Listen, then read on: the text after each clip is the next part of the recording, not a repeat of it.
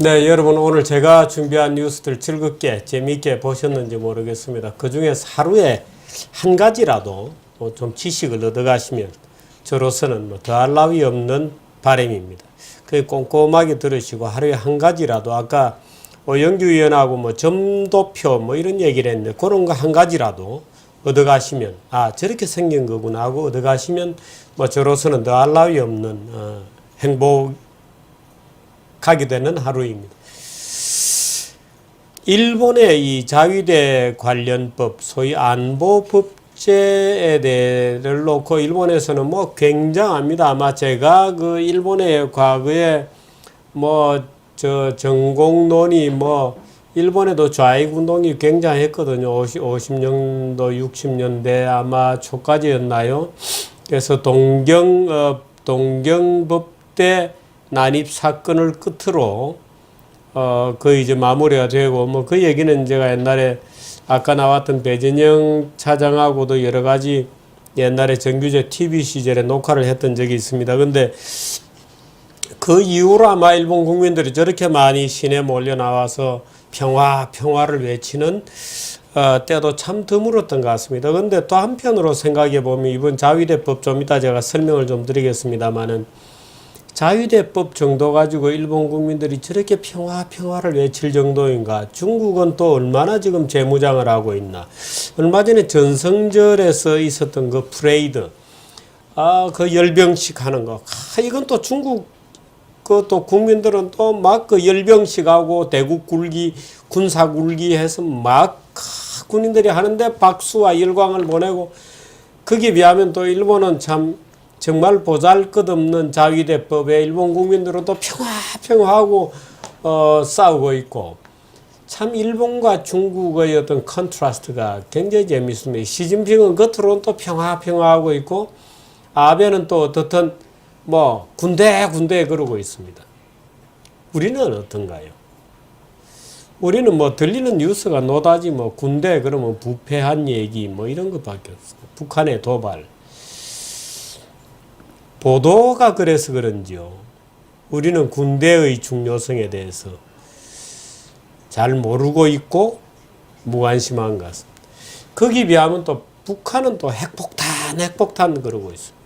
수소폭탄 그러고 있습니다. 미사일 그러고 있습니다.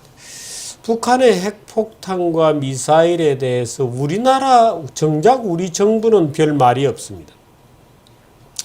오늘 아침에 동아일보를 보면 놀랍게도 이렇게 써놨습니다. 일본과 미국은 북한의 이 위협 사태를 그대로 두고만 볼 거냐? 미국과 중국은 북한의 이런 도발을 좌시만 하고 있고 우리는 없습니다. 동아일보 사설 톱인데 우리나라는 어디 갔는지 없습니다. 중국과 미국에 촉구하고 있는 이런 것 같습니다. 우리나라 사람은 아무도 우리를 중심으로 해서 일어나고 있는 중국의 재무장 무서운 열병식 일본 국민들이 또 평화라고 외치고 있는 무엇인지 아무도 진지하게 들여다보고 있지 않은 것 같습니다.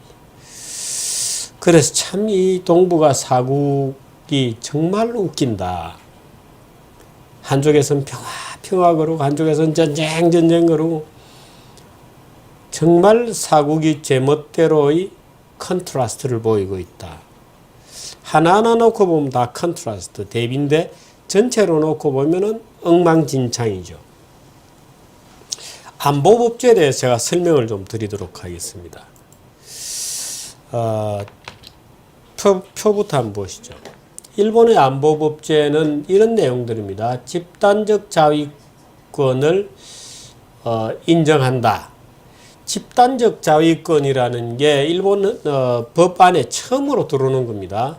집단적 자위라는 개념이 유럽에는 이미 나토가 돼 있어서 집단적 군사 활동이 이미 충분히 돼 있습니다. 그런데 일본에서는 한미일 삼각안보체제라고 되어 있는 것은 미국을 중심으로 미국과 일본, 미국을 중심으로 미국과 한국 이렇게 삼각이라는 뜻이지 한국과 일본 간에는 지금 아무것도 체결되어 있지 않습니다. 최근에 그 군사 정보를 교환하지 않은 협정 정도가 체결되어 있는 정도죠. 근데 이번에 이제 아시아에도 집단안보, 나토 비슷한 라는 개념이 이제 들어오게 되는 겁니다. 그림을 좀 띄워주시죠. 집단안보라는 개념이 이제 들어온 겁니다. 그 나토 같은 겁니다. 그러니까 미국으로서는 그동안에 유럽은 집단안보를 처음부터 그렇게 해왔습니다만 아시아에서는 일본을 우습게 봤는지 집단안보를 인정하지 않았습니다. 그런데 지금 이제 미국의 요구에 의해서 일본이 집단안보라는 개념으로 들어가는 겁니다. 그 다음에 자위대의 활동 범위나 사용 가능한 무기를 약간 확대하는 겁니다. 이 사용 가능 무기 이런 것이 구체적으로 앞으로 정해져야 됩니다. 유사시에 자위대를 파견하는 결정을 내릴 때까지 국회 토론 시간을 좀 줄이자 이런 내용도 이번 안보법제에 있습니다. 그래서 그렇게 해서 제외 일본인, 외국에 나가 있는 일본인이나 미군 함정을 방호할 수 있는 기능을 추가했습니다.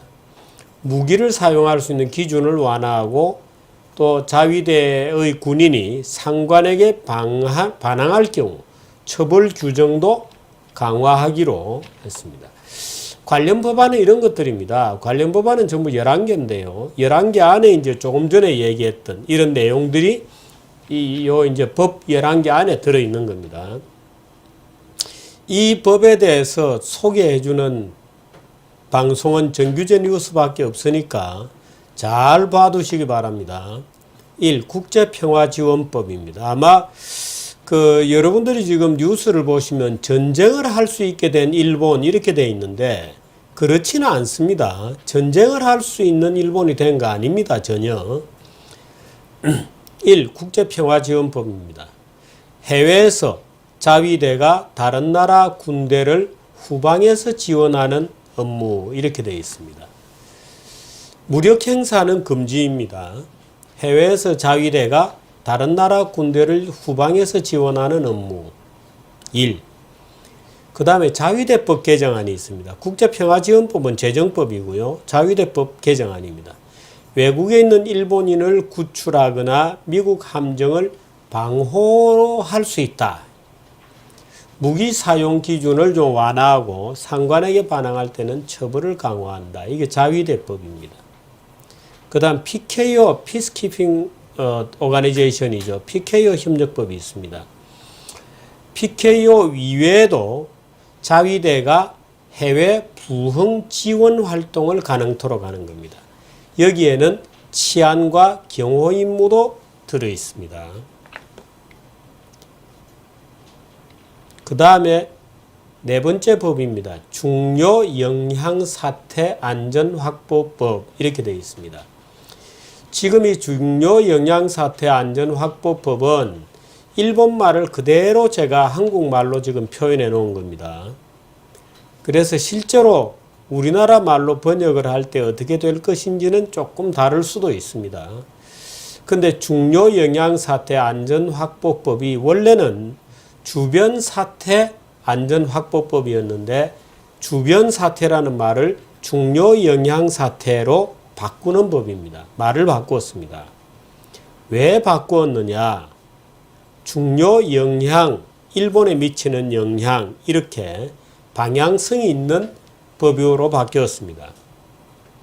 그 밑에 내용, 일본을 위해 활동하는 미국군이나 타국에 예를 들어 한국에 탄약을 제공하고 병사를 수송하는 등 후방 지원이 가능하다. 이 탄약의 범주에는 탄약은 포함되지만 무기는 포함되지 않습니다. 탄약입니다. 전 지구적 규모에서 활동할 수 있도록 길을 터준다. 이렇게 되어 있습니다. 중요 영향 사태란 무엇인가 하는 것은 좀 이따가 설명을 드리겠습니다. 6개 사태가 있는데 그 중에 중요 영향 사태가 있는 거죠. 선박검사활동법. 그러니까 중요 영향 사태 안전확보법에도 일본이 직접 전투 행위를 할 수 있도록 되어 있지는 않습니다. 선박검사할 법은 일본 주변 이외에서의 선박검사를 가능하게 한다.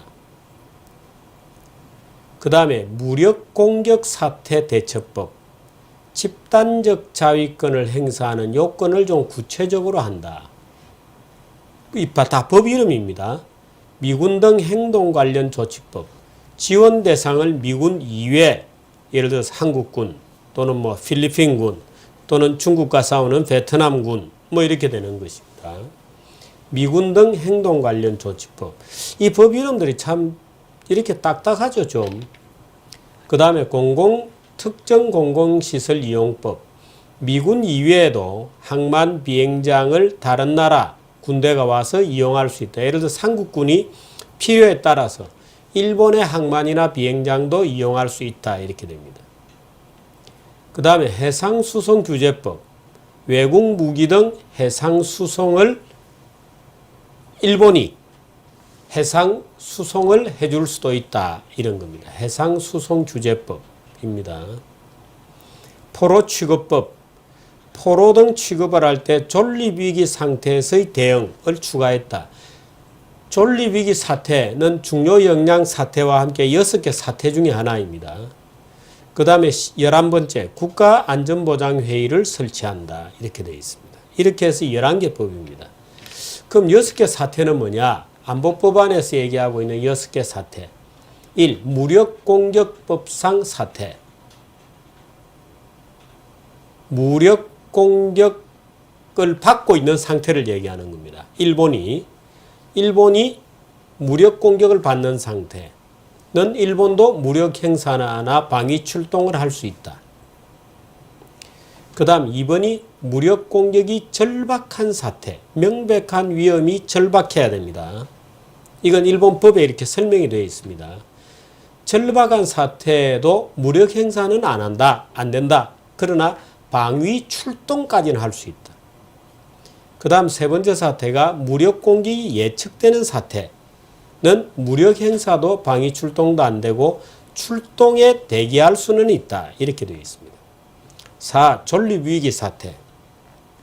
일본과 밀접한 관계에 있는 타국에 무력공격이 발생하여 일본의 존립을 위협받고 국민의 생명, 자유, 행복, 주구권이 근저에서 무너질 명백한 위험이 있는 사태에는 무력 행사도 할 수 있고 방위 출동도 할 수 있다.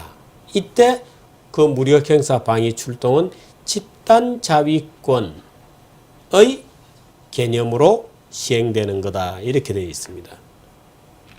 그 다음에 중요 영향 사태. 조금 전에 봤죠. 일본의 평화나 인권에 중요한 영향을 주는 사태, 무력 행사는 안 되지만 타국 군대를 지원할 수는 있다. 국제평화 공동 대처 사태. 무력 행사는 안 되지만 타국군을 지원할 수 있다. 이렇게 되어 있습니다. 재밌게 보셨습니까? 법안이 11개고 사태가 6개입니다. 각 단계에 따라서 무력 행사도 있고 뭐도 있고. 근데 주된 내용은 이제 역시 그런 겁니다. 주된 내용은 이제 뭐 말하자면 일본이 그동안에는 해외에서 전혀 활동을 할 수 없는 것으로 규정되어 있습니다. 근데 물론 그동안에도 이라크에도 파병이 되고 뭐 약간씩 이렇게 쭉 이제 넓혀 왔습니다. 근데 이번에 집단 자위권이라는 개념이 도입되면서 말하자면 미군의 집단 자위라고 하는 틀 속에서 부분적으로 군사적 오퍼레이션을 할 수 있는 상태. 물론 한반도 관련 조항은 이미 확정이 되어 있습니다. 한반도에서 미군의 수송 왔다 갔다 하는 거, 한반도 관련해서 전투행위에 참여한다는 규정은 어디에도 없습니다. 미군이 왔다 갔다 하는 거, 그 다음에 한반도에서 유사시에 미국 사람이 철수할 때, 물론 일본인이 철수할 때도 포함되겠죠. 미군이 철수할 때 또는 미국인들이 예를 들어서 대규모로 철수한다면 일본이 자위대 군함으로 그 철수하는 미국인들을 실어 나를 수 있다. 후방으로. 이렇게 아마 되는 것 같습니다. 지난번에 제 기억으로는 그렇게 되어 있는데, 그렇게 해서 한반도 예를 들어서 인천항에, 부산항에 일본의 자위대 군대가 들어와서 미군이 또는 미국 사람이 철수하는 것을 실어 나르는 것도 한국이 승인을 해야 들어간다 이렇게 되어 있습니다.